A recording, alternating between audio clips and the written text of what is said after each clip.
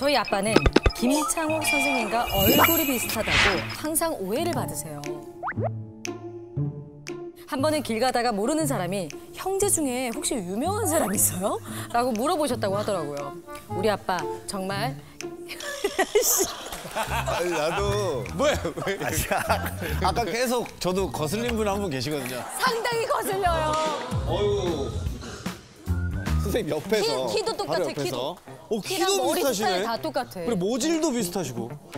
자, 하나 둘 셋 하면 여러분 공개하겠습니다. 갑니다. 하나, 둘, 셋, 셋.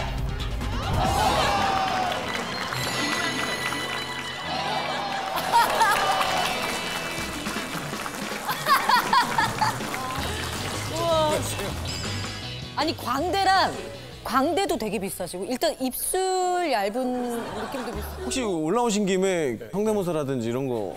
아니면 옥댄스 어때? 옥댄스. 옥댄스요?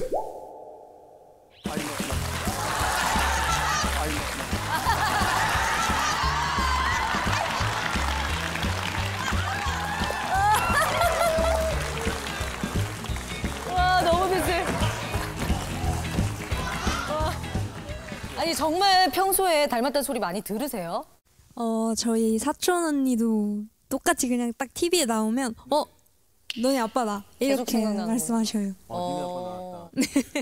그런데 강연 제주도에 오실 때도 가서 한번 확인해 봐야지 했는데 너무 비싸요.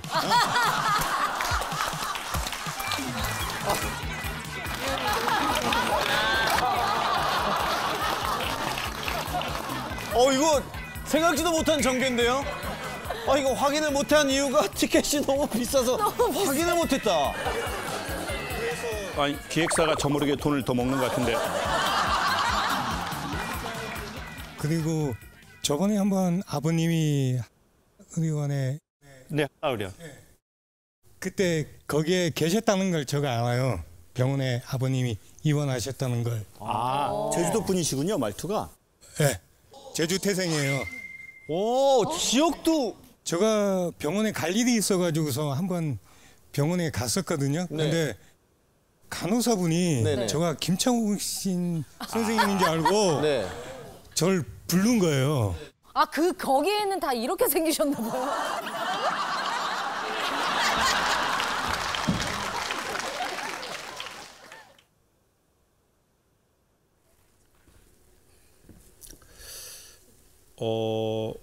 아까 이렇게 몇 번 이렇게 눈이 마주치거나 얼굴 뵀는데 이제 뭔가 이렇게 탁 걸리는. 오히려 지금은 이렇게 얘기하시는데 전 저하고 닮았다는 생각은 잘 안 들고 저희 아버지 얼굴이 되게 많으시거든요. 그 아버님이 그 병원에서 돌아가셨거든요. 선생님 말씀하신. 근데 이제 아버지하고 되게 많이 닮아 있으시니까. 근데 이제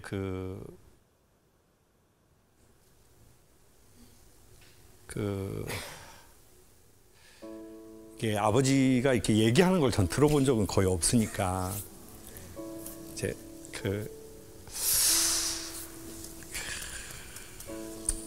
좀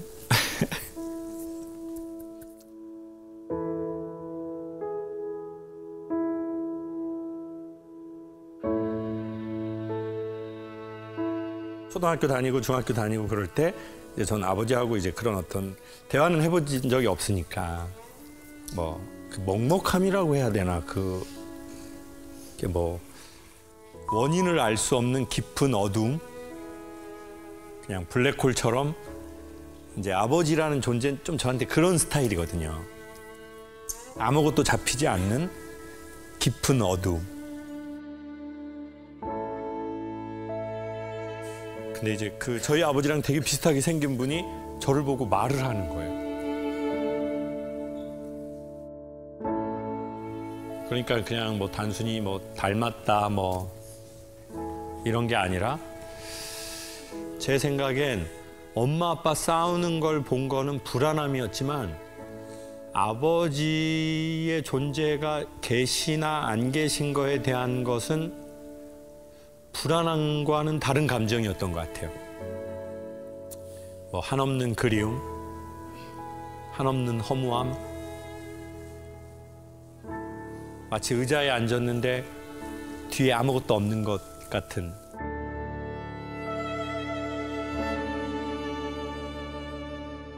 그런 게 이렇게 먹먹하게 느껴지는 거죠.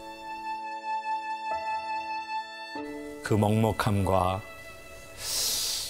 뭐 언어로 정리될 수 없는 그런 게 있어서 눈물이 안 날 것 같다 나고 날 것 같다 안 나고.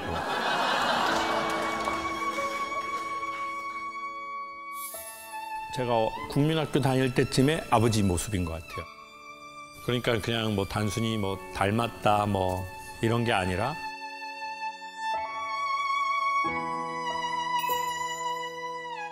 그러니까 이런 그 감정 상태가 이렇게 엄청 생경한 거죠. 이렇게 경험해 본 적이 없으니까.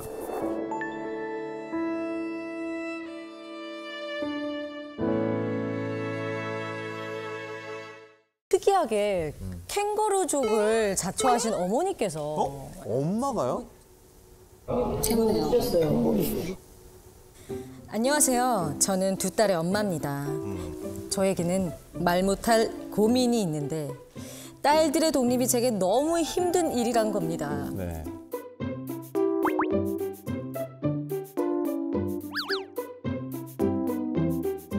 첫째 딸을 분가시킬 때는 극심한 우울증에 시달리기까지 했는데요. 작은 딸마저 언젠가는 독립시킬 생각을 하니 벌써부터 두렵고 무섭습니다. 언제까지 함께 살 수 없고 서로에게 독립해야 한다는 건 알지만 마음처럼 쉽지가 않네요. 어떻게 하면 좋을까요? 캥거루족을 어머니가 자처를 했어요. 네. 어디 계십니까? 어디 계십니까? 네, 안녕하세요. 예, 수원에서 온 김규인이라고 합니다. 네, 어머니 반갑습니다.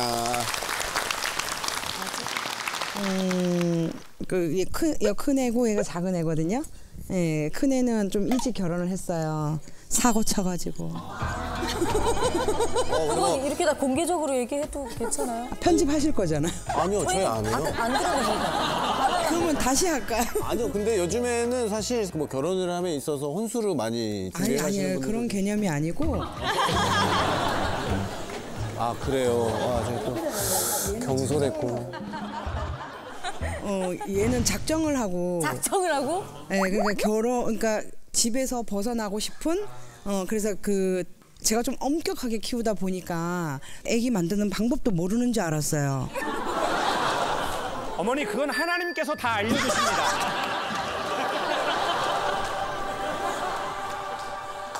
아니 원래 반대를 하셨어요, 결혼을? 아니 결혼을 반대한 건 아니고 네. 그때 대학교 2학년 때부터 결혼을 한대요. 네, 그래서 일단 졸업부터 하고 그때 가서 얘기를 하자 했는데 대학교 3학년 때 사고를 친 거예요. 그 사이가 마음에 안 들었던 건 아니고 아직 시기적으로 아닌데 아직 엄마랑 해야 할 일도 많고 밥도 못하는 애가 결혼을 한다고 하니까 가르쳐야 할 것도 많고 같이 하고 싶은 것도 너무 많은데 그렇게 내가 너무 얘를 엄격하게 키우다 보니 나를 벗어나고 싶었나 이런 생각이 들더라고요. 그래서 엄청난 그 배신감이 컸었어요. 아. 네, 결혼식 전날까지도 꼴도 보기 싫었어요. 어떻게 네가 나한테 이럴 수가 있어. 막 이런 거. 진짜 그랬겠다. 그때 제가 너무 어리고 또 엄마가 너무 잡고 이래서 네네. 어린 마음에 좀 어떻게 보면 물론 너무 사랑하기도 했고 맞아요. 예, 벗어나고 싶기도 하고. 저희 누나들 같아요. 김미자. 그걸 어떻게까지 잡으셨어요? 일단은 통금은 한 6시? 통금은 한 6시?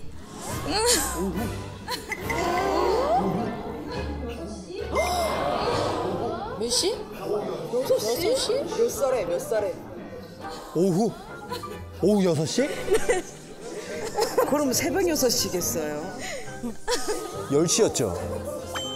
행복한 줄 알았어요. 여기 지금 새벽 6시 아니에요? 오후 6시면 어머니 공무원 퇴근 시간 말씀하시는 거 아닙니까? 더 일찍 퇴근해 집에 갈 수 있네 그럼. 퇴근하고 집으로 뛰어가야 되는 시간인데. 퇴근하고. 아니 결혼하기 전이니까 학창 시절이잖아.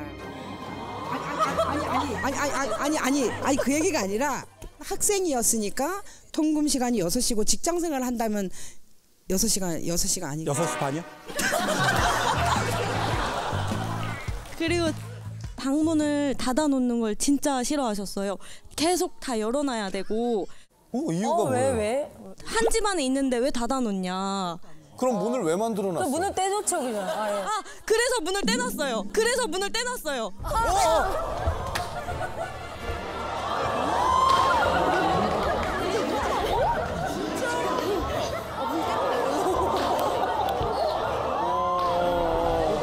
심하다. 와, 소름 돋았어.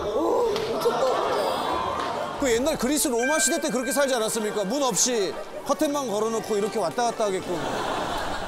저는 어머니에게서 파라오의 느낌을 느껴요. 지금 옷도 파라오야. 우리 어머니 옷도 파라오. 지금 클레오파트라. 앞머리만 없었지. 지금 피라미드 준비하고 있어? 자, 일단 집에 문을 없앴다. 자, 경첩 분리했어요. 또. 네, 경첩 분리. 또 뭐지? 없어. 뭐가 있어? 어머니 저기 그만 때리세요. 강연은 안 됩니다. 이제 없어. 그만해는 없어요. 폭폭 금지. 네. 자, 그러면 제가 이렇게 말씀드리고 싶어요. 보통 이런 경우에요. 이렇게 큰 딸처럼 센 엄마한테 치고 받고 나가는 딸은 괜찮더라고요. 그러면 이제 모든 에너지는 둘째. 아니 진짜 아니에요. 예? 아니에요. 지금 어머니는 아니라고 하세요. 아니 진짜 아닌 게 얘는 이제 포기를 했어요. 아. 뭐 밤에 뭐 늦게 들어오든지 말든지 좀 많이 풀어줬어요. 우리 따님 맞나요? 말은 그렇게 하시고 노력도 하려고 하시는데 아, 노력도 하려고 하시는데 근데 그게 잘 안 돼서 그게 저한테로 이렇게 딱 왔어요. 이게 되게 중요합니다. 말 그렇게 하셨고 그렇게 하시려고 노력도 하셨는데 실제로는 이제 언니는 빠졌고 피라미드 안에 둘만 남게 파라오와 제가 얘기해도 될까요? 네네, 그럼요. 이제 얘가 너무 이제 캥거루족으로 살다 보니 아직 지금 30살이 됐는데 밥을 한 번도 해보지 않았어요. 벌써 30살이요. 응. 반찬을 했어요. 머리 가만 좀 있어가지고. 머리 가만 좀 있어가지고.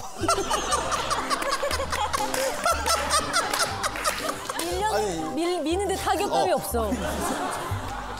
아니 그 얼마 전에 그 양배추 스테이크가 유명하다고 해가지고 저한테 한 달 내내 얘가 그걸 저한테 먹였어요. 그래서 양배추 제가 스테이크를요? 양배추 지금 꼴도 보기 싫거든요. 네. 그래놓고 맨날 엄마한테 요리해줬다고 자랑하고 다니는 거예요. 그거 외에는 해준 거 없어요, 진짜로. 네. 뭔 얘기하다 말았지? 뭐 거의 토크 깡패시네. 흐름이 아주 자연스럽게 다른 데로 갔다가 어머니 말씀 충분히 하세요. 막 속이 다 풀릴 때까지. 예. 근데 얘는 4살까지 모유 수유를 했어요.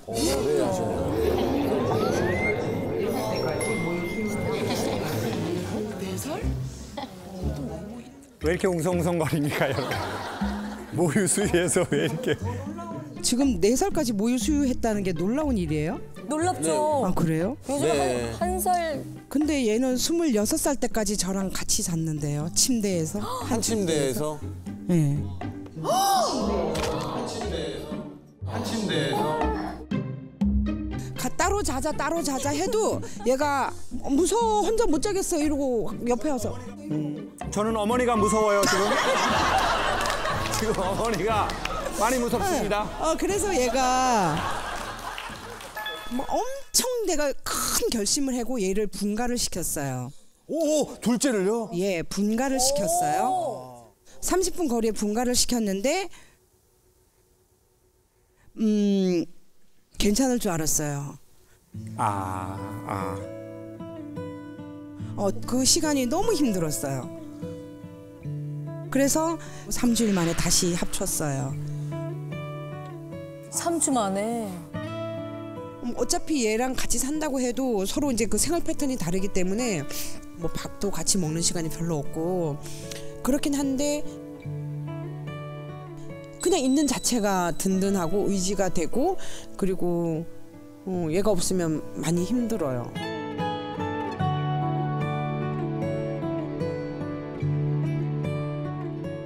엄마가 또 그런 얘기를 하신 거잖아요. 엄마는 너 바라보고 산다. 언니 그녀는 나는 걔가 그럴 줄 몰랐어. 진짜 하루에 2번씩 말씀. 하루에 2번씩 하루에 2번씩. 와, 귀신. 어머니 그럼 혹시 둘째 따님 결혼하게 되면 같이 사시고 싶으세요? 아니 그거는 아니고요. 방금 따님들이 이렇게 따님들이 박수를 치려다가 어머니가 그게 아니고요. 제가 돈을 많이 번다면 같은 건물에서 살고 싶고 같은 건물에서 살고 싶고 어머니 그게 피라미드입니다. 진짜 피라미드를 계획하고 있어서. 피라미드 1층 꼭대기. 어머니 피라미드가 건물 개념이거든요.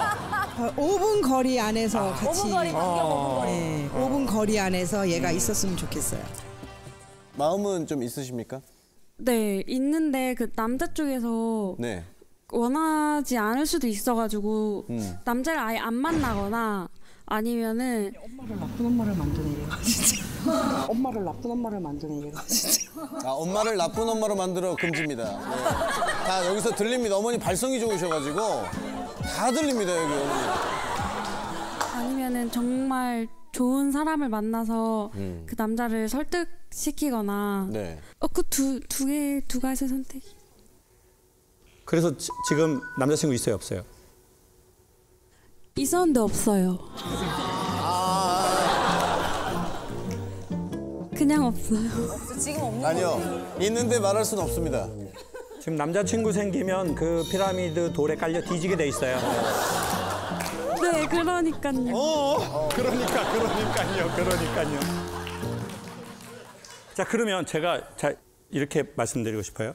어머니가 지금 느끼실지 못 느끼실지 모르겠지만 어머니의 에너지가 이게 엄청 많다는 거 아시죠? 네. 이게 어마어마한 에너지로 아이들을 감쌌을 것 같아요. 네, 맞아요. 자, 지금 느낌이 지금 약간 깜빡 나오려는 느낌 같아요. 네, 맞아요. 지금 눈빛이 너무 좋아. 누군가 알아줬구나. 맞아. 이게 언제부터 시작됐어요? 친구가 그냥 느끼기에. 딱 제가 8살 때 아버지가 돌아가셨는데 딱 그때부터 그런 소리 안 듣게 잘하라고.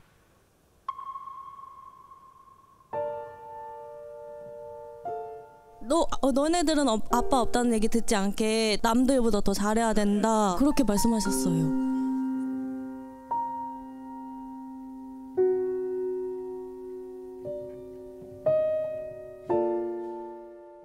제가 31살 때 얘들 아빠가 돌아가셨어요. 그러니까 얘가 6살, 8살. 셋이서 정말 재미있게 행복하게 잘 살았어요. 잘 살았는데 남편이 그때 돌아가시고 친정 아버지도 같이 돌아가셨어요. 너무 충격 받으셔가지고. 그러다가 이제 친정 엄마를 의지하고 살았었거든요. 그렇게 의지하고 살았는데 이제 엄마 돌아가시고 나서 그리움이 굉장히 컸었어요. 그런데 몇 개는 안 돼서 얘가 이제 그렇게 사고를 쳐버리니까 정말 그 우울증 말기까지 갔다고 할 정도로 좀 심각했었어요. 그랬겠다. 그러니까 사랑하는 사람들은 왜 자꾸 내 곁을 떠나가지? 뭐 이런 것들이 너무 컸던 거예요.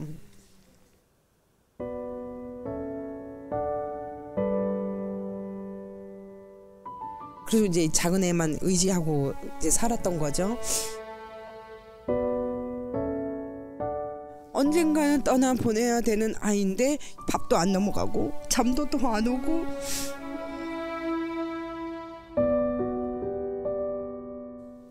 또 내가 또 이렇게 혼자 남겨져야 되는데 그 혼자 남겨지는 그 두려움이 너무 무서운 거예요.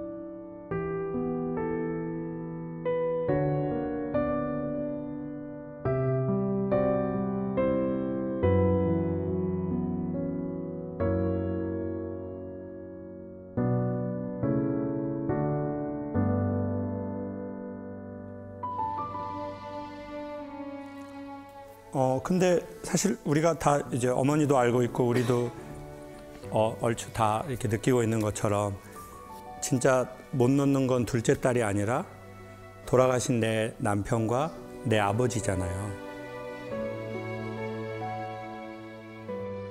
내 남편도 나를, 내 아버지도 나를. 그러면 우리 안에 뭐가 있냐면 우리 안에는 지금 불안감이 있거든요.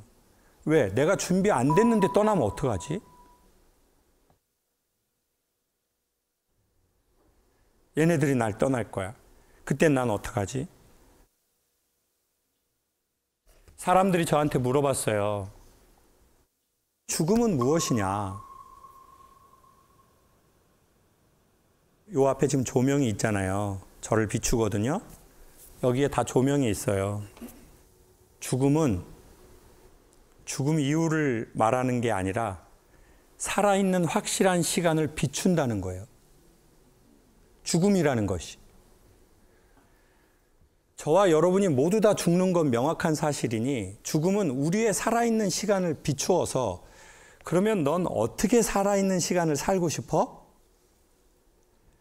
라고 우리에게 묻고 그리고 살아있는 이 순간순간 한 시간이 얼마나 소중한지를 우리에게 비춰준다는 거죠. 그래서 죽음은 삶을 비추는 빛과 같다는 거죠. 근데 우리는 계속 죽음 이유를 계속 생각해버려. 그렇잖아요. 언젠가는 아이들도 떠나고 내 삶도 떠나는데 그럼 우리는 계속 언젠가 떠나지 못할 삶을 바라보고 아이고 떠날 건데 이러고 살 거냐는 거죠. 미련으로 치면 한도 끝도 없어요. 오늘 이 말을 한다고 칼을 자르듯이 되는 게 아니지만 내 남편과의 관계 정리가 내가 조금 필요한 거잖아요. 제가 소원이 있다면 남편을 진짜 꼭 한번 만나고 싶어요. 가끔씩 보면 AI로 죽은 사람이 나타나잖아요. 목소리를. AI 남편이 좀 나타나서 보고 싶어요. 그냥 할 말 아무 말도 하고 싶지 않고 그냥 보고 싶어요.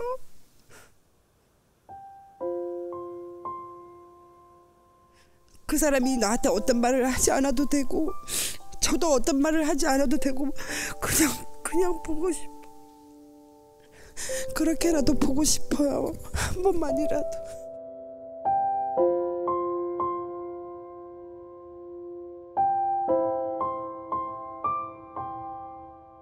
그리고 정말 위험한 순간들이 정말 많았는데 남편이 항상 우리 아이들하고 저를 지켜준다고 항상 믿고 있거든요.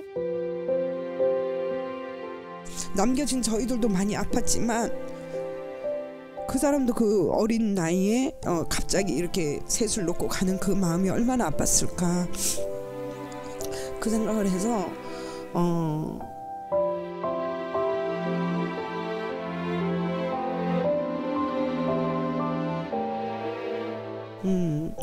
고마워요. 그냥 보고 싶어요. 그냥 보고 싶다는 말 한마디밖에 없어요. 그냥 모습만이라도 한번 봤으면 좋겠어요. 그거밖에는 남편한테 원하는 게 없어요.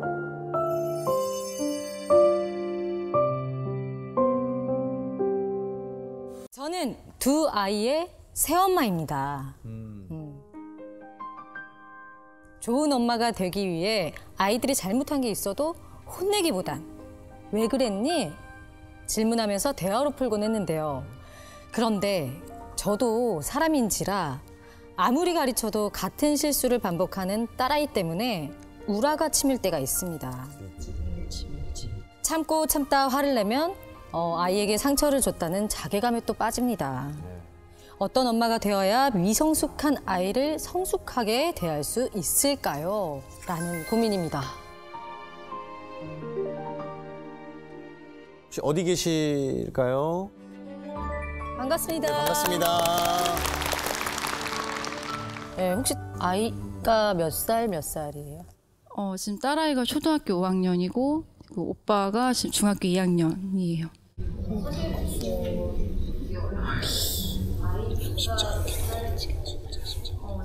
근데 저희 딸아이가 ADHD랑 그리고 경계성 지능 장애가 있어요. 네. 그리고 오빠도 마찬가지로 ADHD에 경계성 지능 장애가 있는데, 근데 아이들의 친엄마가 좀 방임을 많이 했었어요. 그러니까 친엄마가 쓰레기를 집에 모아두는 분이셨어요. 그거를 아이가 보고 자라다 보니까 쓰레기를 집에 두고 있는 게 너무 흔하고, 특히 화장실에서도 다 쓴 휴지를 그냥 올려두거나, 그거 보고 자라서. 그러니까 그런 걸 볼 때 화가 막 나는 거예요. 저는 너무 깔끔하다 보니까 내가 치워야 되는데 치우면 또 어질러져 있고, 지금 와서 뭔가 잡아주기에는 많이 힘들어 보이는 게 보이니까 되게 어려워요.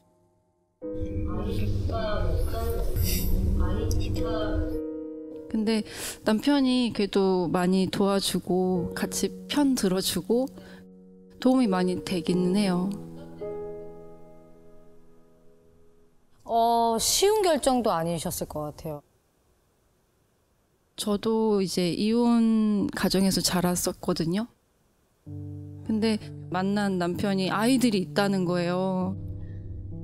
제가 항상 어렸을 때 엄마를 기다렸던 게 생각이 나니까, 이렇게 혼자 사는 것보다는 좋은 엄마로서 아이들을 키울 수 있지 않을까라는 생각에 너무 반가웠었어요. 그래서 아이가 있다는 게 더 좋았었어요. 좋은 엄마로서 진심으로 미안하다고 말할 수 있지 않을까. 옆에서 보시면은 뭐 내 자식처럼 고민도 이렇게 하고 막 마음 쓰는 아내 보면서 좀 어떠세요, 아버님은? 고맙고 미안하죠, 저도 많이. 그 전에는 이제 애들이 이제 식사 같은 것도 이제 잘 안 해줬었어요, 예전에. 근데 이제 만나고 나서 이제 식사 같은 것도 잘 챙겨주고 진짜 엄마로서 역할을 잘 해줘가지고 저도 많이 지금 와이프한테 잘해주려고 하고 있고. 근데 이제 중간에서 애들 눈치도 보이고 나름대로 열심히 한다고는 하는데 두 마리 토끼를 조금 많이 놓치고 있는 느낌이 좀 많이 있는 것 같아요. 아이들은 엄마라고 잘 부르나요? 아니요, 지금은 저희가 억지로 엄마라고 하라고 하진 않고 네네. 그냥 니네가 편할 때 엄마라고 하고 지금은 그냥 이모라고 하고 있는 상태예요.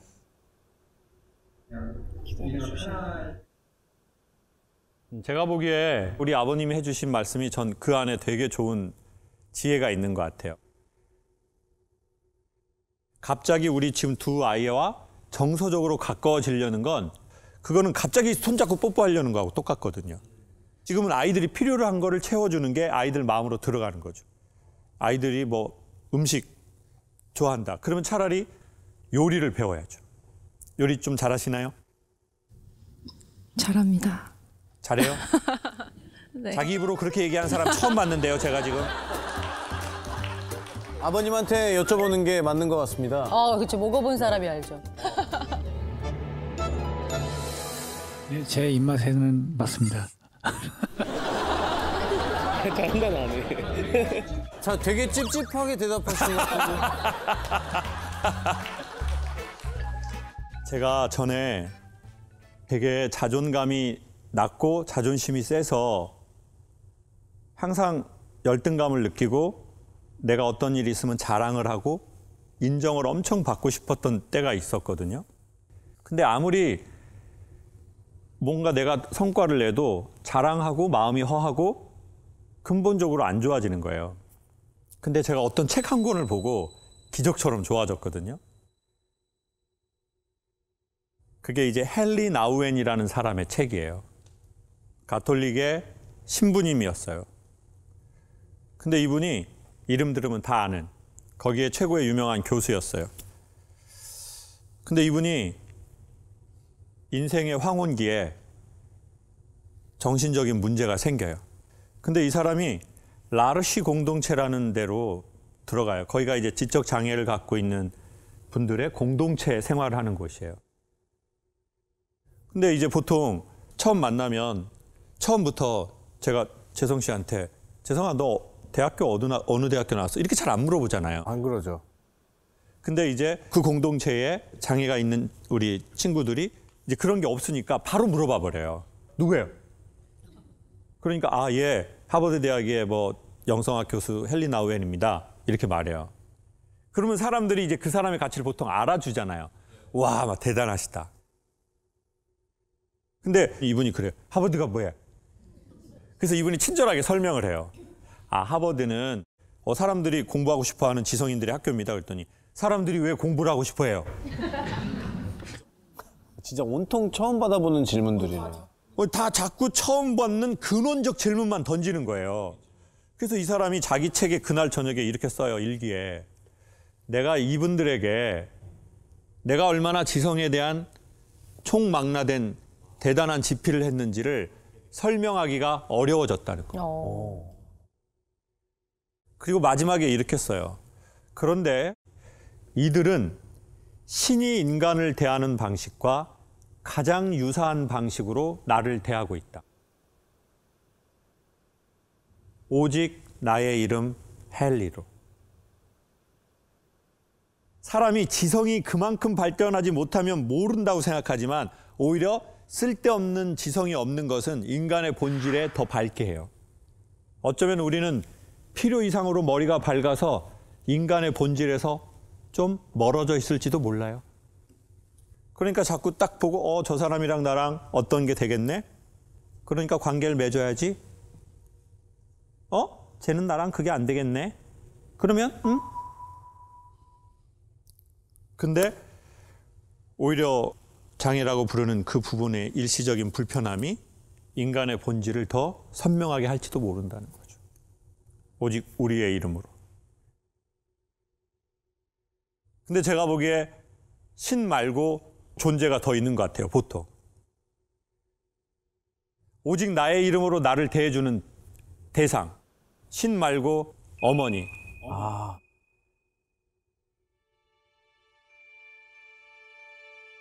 그러니까 아이들이요, 다 알아요. 중요한 건 본질의 마음이 있으니까 그냥 그때 혼내세요. 너 엄마가 이렇게 하지 말라고 그랬지? 너 이거 절대 안 좋은 거야? 이렇게 해도 안다니까요. 엄마 마음을. 그리고 혼내면 어쩌면 이렇게 생각할지도 몰라요. 우리 식구가 된 사람이네? 이제 혼을 내네? 혼 안 내면 이모. 여러분 봐보세요. 이모가 혼내요? 조카? 안 혼내요. 엄마만 혼내요. 엄마의 진심을 아이가 또 다 알 겁니다.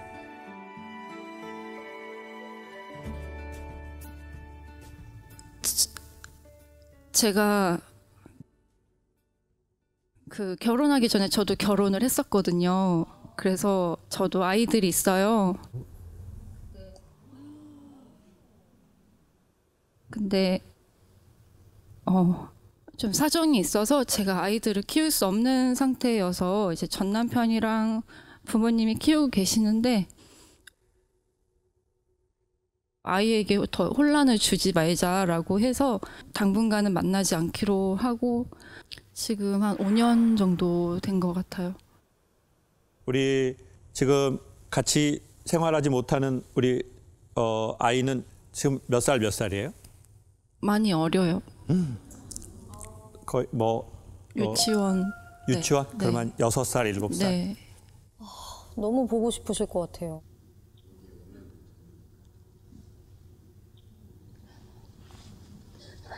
잠시만요.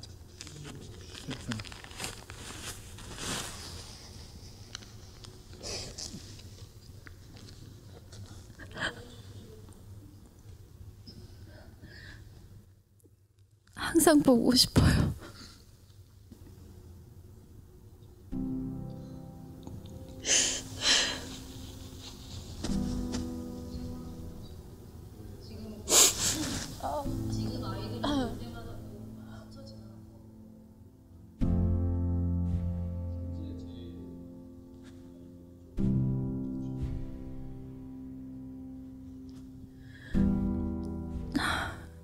지나가는 아이들을 볼 때도 아이들이 엄마라고 부르면서 손을 잡고 엄마 손을 잡고 갈 때 정작 내 아이들은 엄마라고 부르면서 손 잡을 사람이 없다는 게 너무 가슴이 아팠었어요. 그리고 나는 여기서 우리 아이들한테 엄마 역할을 하고 있는데 정작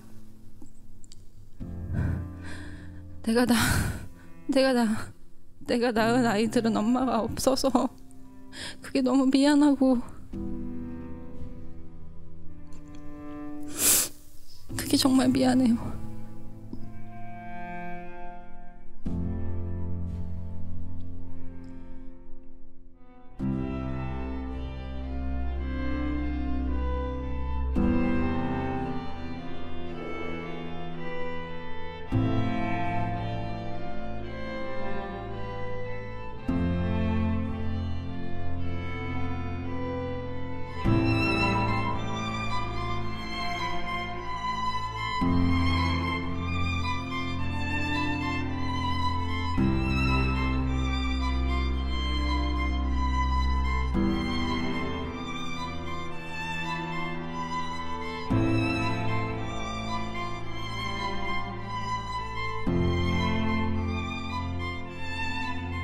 지금 같이 생활하지 못하는 우리 아이들한테 아주 짧게 메시지 한번 할래요?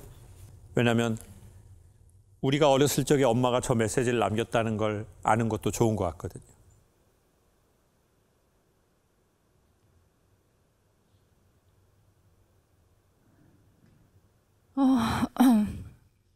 엄마 여기 있어.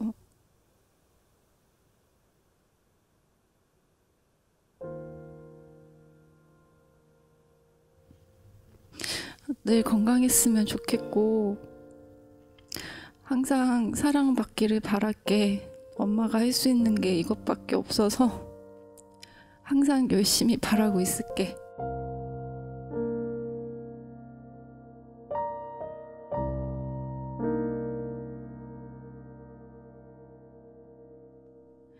소중한 너희들을 항상 사랑하고 있다는 게 전해졌으면 좋겠다. 미안해.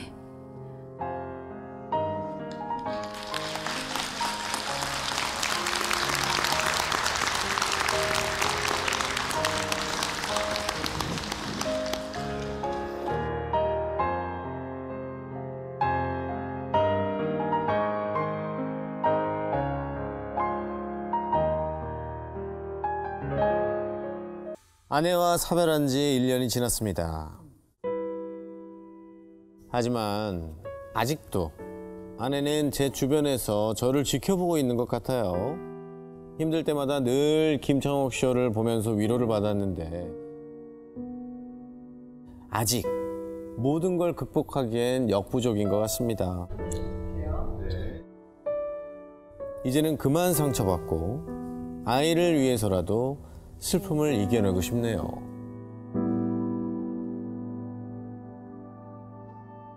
어디 계시죠? 자.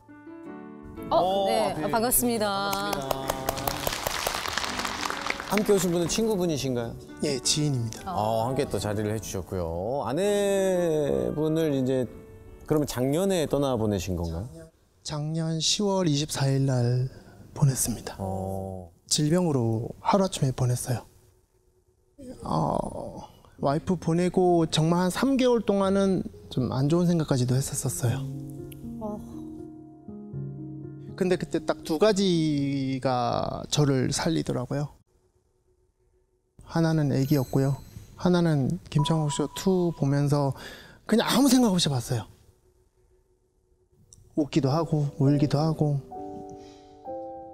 그러다가 최근에 뭐 캥거루족 어머니 한번 나온 적이 있으셨어요. 캥거루만. 네네네네. 그분이 마지막에 했던 얘기 중에 자기 남편분이 그냥 보고 싶다. 그냥 보고 싶어요. 그 사람이 나한테 어떤 말을 하지 않아도 되고 저도 어떤 말을 하지 않아도 되고 그냥 보고 싶어. 그렇게라도 보고 싶어요. 한 번만이라도. 그 말 듣고 밤새 울었어요.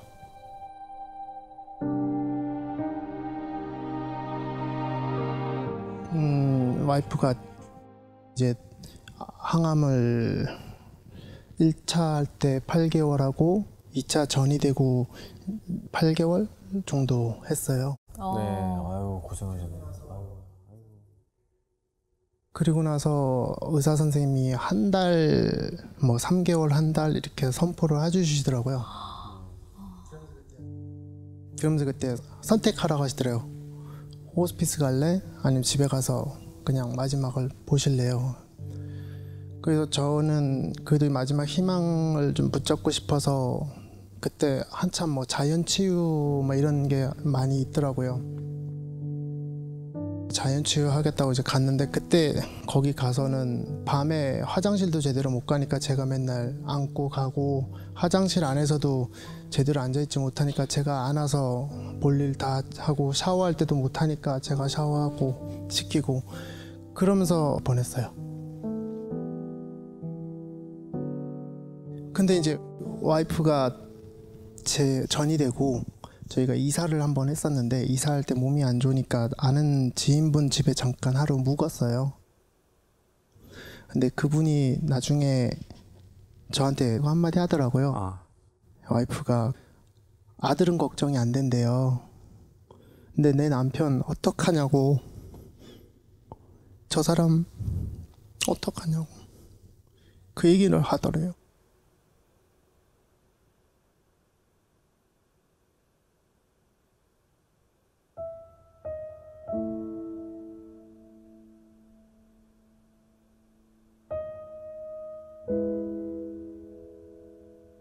그러다가 밤에 갑자기 저를 부르더라고요. 그때 이제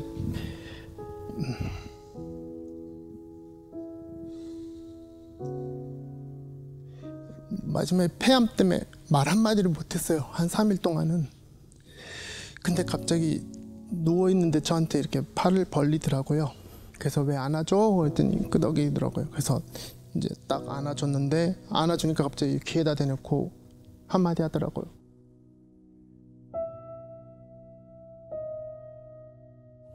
고마웠었어.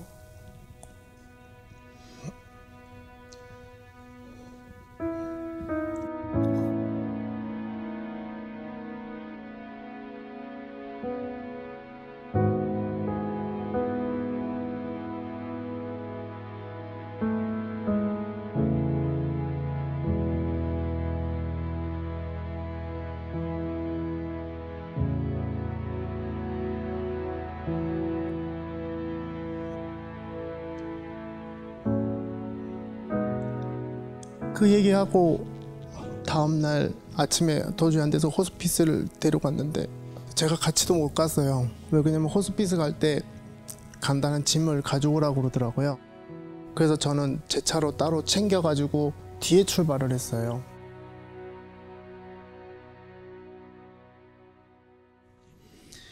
호스피스 병원을 도착했는데 이미 눈을 감은 상태였고요.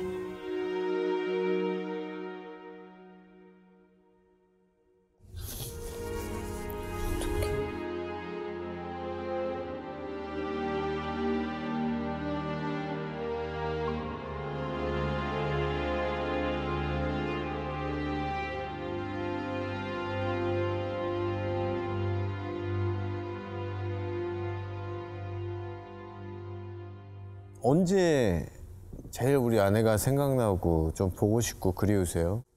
제가 이제 하는 일이 이제 건설 건축 인테리어를 좀 한 20년 가까이 하고 있는데 이제 가구도 일반 가구가 아니라 와이프랑 저 체형에 맞춰서 가구를 다 제작을 한 거거든요. 침대, 소파도 그렇고 다. 그러다 보니까 이제 지금도 있는 침대에 누워서 있으면 애기랑 둘이 자긴 하는데도 가끔 와이프가 누워 있는 것 같고 침대에 누우면 와이프가 제일 많이 생각납니다. 그리고 오늘도 애기 재우고 저도 잠이 잤는데 아내달까 밤에 부인이 나타나더라고요.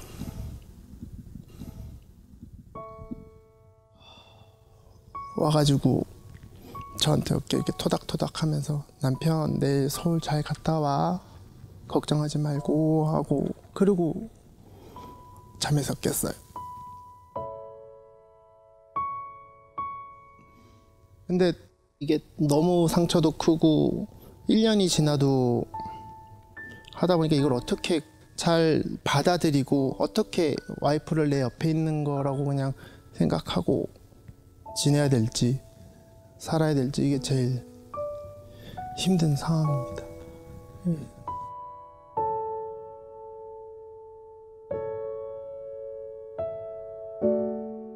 일단은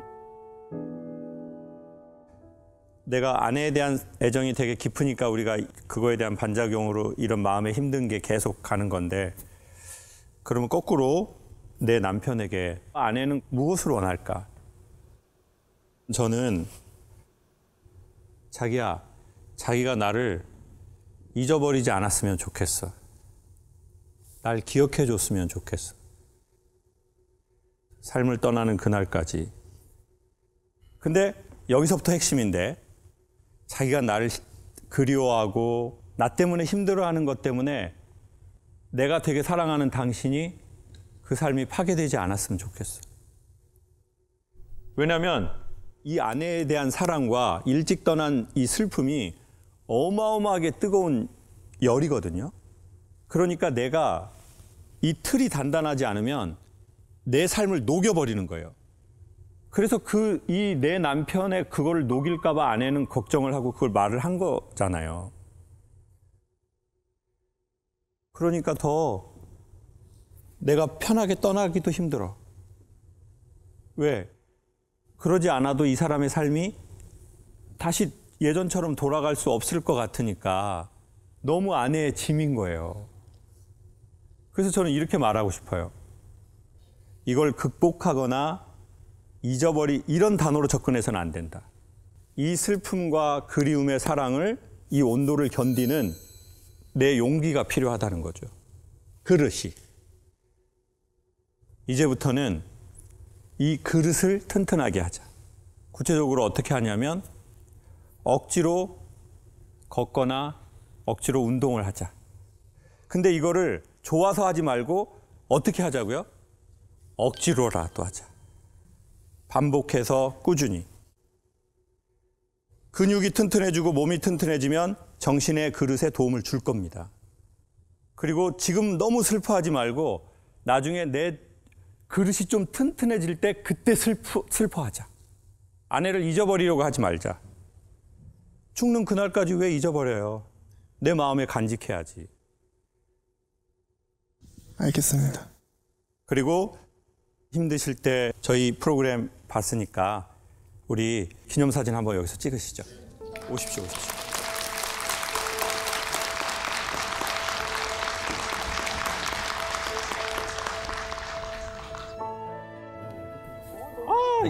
너무 예쁘다. 너무 예쁘네요. 네.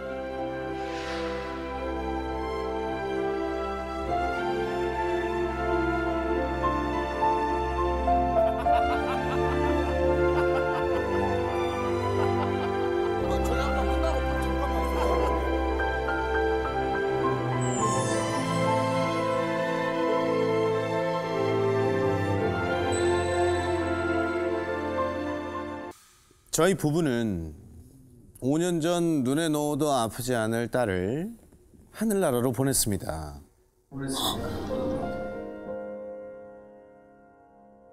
초등학교 입학을 앞둔 딸의 시간은 2020년 이후로 멈췄는데요.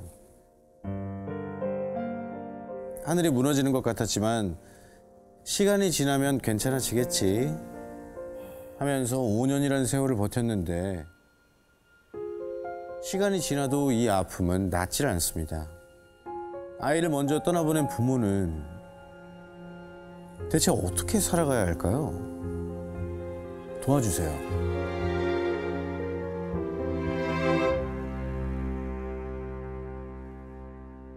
질문자님 어디 계십니까? 혹시 어디 계십니까? 네, 앞에. 저기 계시네요. 안녕하십니까. 네, 안녕하십니까. 반갑습니다. 네. 저희 큰 애가 딸이고 작은 애가 아들이 하나 있는데, 큰 아이는 이제 태어날 때 나 엄마 아빠 만나러 오는 길이 좀 힘들었었나 봅니다. 그래서 뇌를 다치는 일이 좀 생겨서 아이고. 그게 많이 좀 진행이 되면서 발달도 저하되고 그리고 이제 희귀 난치병 뭐 웨스트 증후군이라는 진단명으로 진단도 받고 아이고. 그러면서 그때부터 이제 정말 진짜 투병이 시작됐었습니다. 7년 정도 그리다가 20년 그때는 중환자실에서 잠시 나와서 일반 병실로 옮겼을 때였거든요. 새벽에 한 6시 정도 경에 저희 와이프가 병원에 있었는데 그때 이제 아이 상태가 많이 안 좋아졌어요. 그래서 심폐소생도 하고 뭐 그런 상태가 돼서 제가 아침에 도착한 다음에 제가 전문인이 아니어도 알겠더라고요. 저희의 눈이 항상 그 생을 갈구한다 해야 되나요? 그 반짝반짝하고 강한 그 에너지가 있었는데 처음으로 그날은 안광이 흐려진 걸 봤어요. 그래서 예, 좀 헤어질 수 있겠구나라고 그날은 직감했던 것 같아요. 그렇게 해서 20년 8월에 아주 무더운 여름 끝자락에 맥박이 떨어지는 걸 확인하고 이제 같이 보내게 됐습니다.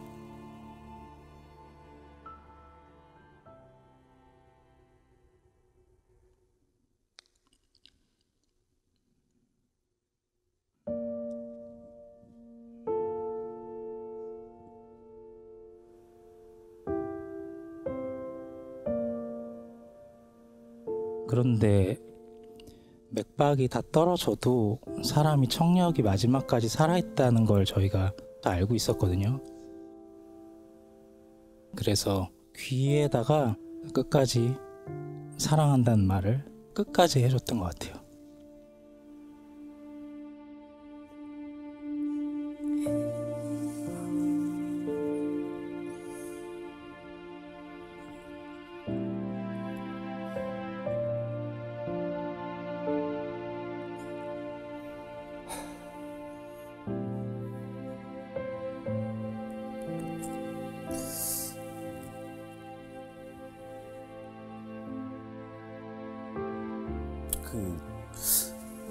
항상 따님이 보고 싶겠지만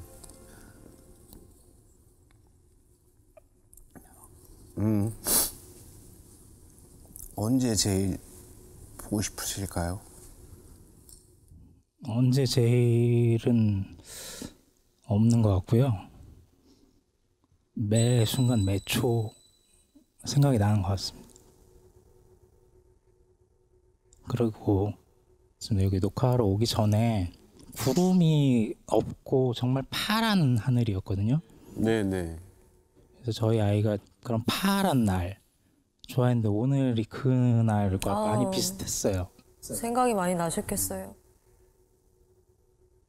그래서 또 저희 아이가 이렇게 또 선생님을 이렇게 만나뵐 자리를 좀 만들어주지 않았나 이렇게 좀 생각을 했습니다. 저도 둘째를 키우고 있으니까 지금은 이제 1학년이 됐거든요. 이제 2학년 올라가는데 저희 첫째도 이제 초등학교를 입학시키려고 제가 준비를 하고 있던 시기였었어요. 7살 때. 그래서 그걸 못 해줬으니까 우리 첫째가 살아있었으면 친구들 또래랑 비슷할 거잖아요. 저희 둘째께서 등하원할 때 또래의 여자친구들을 볼 때 그때 많이 생각이 나더라고요. 좀 더 많이. 네. 저희가 30대 내내 거의 투병 생활을 같이 하고 30대 후반에 아이를 떠나보낸 마음으로 좀 추스려 보려는 행위를 하다 보니까 40대가 된 겁니다. 어느새 30대에 밝고 뭔가 피어나는 그런 나이라고 최근에 생각을 했었거든요. 근데 저와 제 와이프는 온전히 그 시간을 그 아이한테 집중했던 것 같아요. 근데 지나고 나보니까 다 의미가 없더라고요. 저한텐 30대가 다 사라지고 실패했다. 예, 아이 하나 바라보고 열심히 살았는데 실패했다라는 생각이 좀 커서 화가 너무 많이 나더라고요. 저한테. 그게 뭐에 대한 화예요? 내가 시간을 우리 아이에게 다 올인했지만 우리 아이가 건강하게 살지 못하고 우리를 떠난 거에 대한 어떤 조금 구체적인 화일까요? 저는 바깥에서 활동을 좀 많이 했거든요. 그 역할이 저희 와이프는 필요했다라고 인정을 해주지만 만 7년이라는 시간이 어차피 정해져 있었던 거라면 제가 그 시간을 더 쪼개서 알차게 저희 아이에게 더 집중했으면 더 나았을까? 아니면 후회가 적었을까?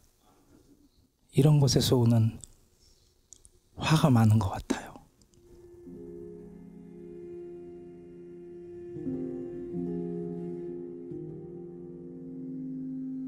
그래서 전 저희 아이가 떠나가고 나서는 하고 싶은 일이 있으면 좀 망설이지 않고 하는 편입니다. 후회하지 않으려고요. 시간이 중요한 걸 알기 때문에. 그래서 이렇게 좀 사연을 신청하게 됐고 저는 김창욱 선생님을 좀 만나 뵙고 싶었습니다. 저분 나를 만나 뵈면 어떻게 얘기해 주실까 그것도 궁금했습니다. 근데 저는 선생님이 진짜 만나고 싶어하는 사람은 사실 김창욱이 아니고 이제는 그러니까 먼저 떠난 내 아이가 정말 원하는 방향으로 선생님이 출발하시려고 그 선에 선 것 같아요. 다만 거기에 표상으로 저를 한번 만나고 싶은 것이고 저에게 글을 한번 쓴 것인 거죠. 그래서 저는 제가 아이의 심정으로 하고 싶은 말이 있는 것 같아요. 엄마 아빠에게. 이제 그건 뭐냐면 내가 세상에 태어나서 짧은 시간이었는데 내가 떠나고 나서도 이렇게 오랜 세월 당신의 삶에 태양이 없었네요. 그것으로 제가 얼마나 소중한지 역설적으로 저는 느꼈어요. 그렇게 나를 소중하게 여겨주신 거에 대한 저는 고맙다는 얘기를 하고 싶은 것 같아요. 근데 제가 아이라면 나 때문에 엄마 아빠가 계속 이렇게 살기를 절대 원하지는 않는 것 같아요. 또 동생도 하나 있죠. 네. 그러면 그 아이는 이 공기의 영향을 말없이 어마어마하게 받고 있을 거거든요. 그러면 나는 나 때문에 엄마 아빠도 당신들 삶 50년, 60년이 계속 해가 뜨지 않고 내 동생의 삶도 또 해가 뜨지 않아요. 그걸 엄마 아빠 제가 절대 바라지 않아요. 이제는 엄마 아빠 돌아가시는 날까지 엄마 아빠 마음에 저를 간직하기 위해서 건강해줬으면 좋겠어요.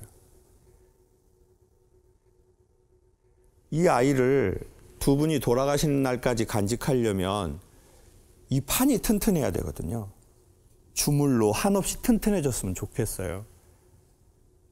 저의 용광로를 품을 수 있게끔. 엄마 아빠를 위해서도 동생을 위해서도 저를 위해서도. 말씀하신 거를 좀 최근에 저희 둘도 생각해 봤던 부분인데 점쟁이처럼 이렇게 얘기해 주셔서. 점쟁이요? 예.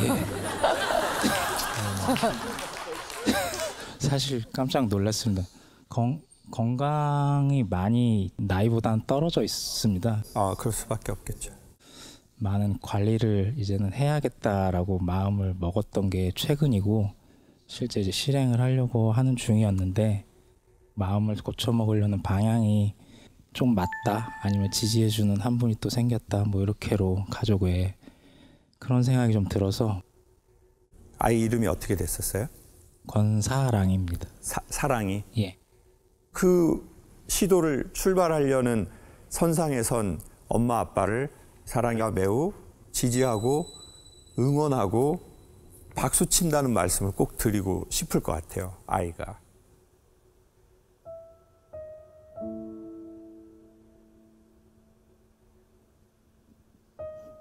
사랑아, 아빠야. 사랑이 옆에 가서는 그동안 있었던 이야기 도란도란 다 해줄게. 그리고 그때는 사랑이 옆에만 있을게.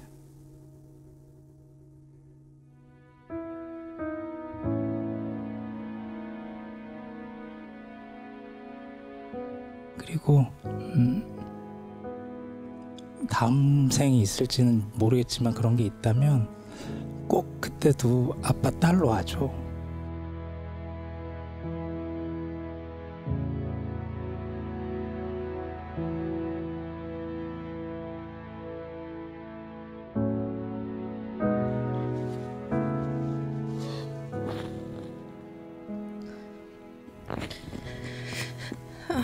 사랑아,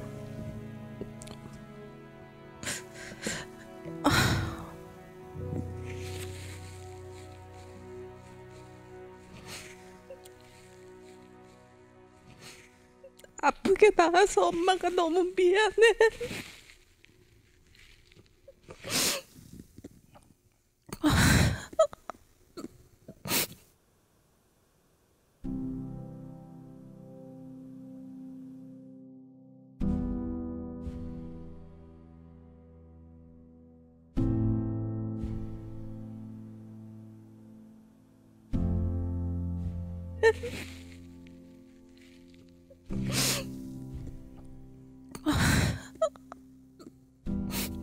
거기서는 아프지 말고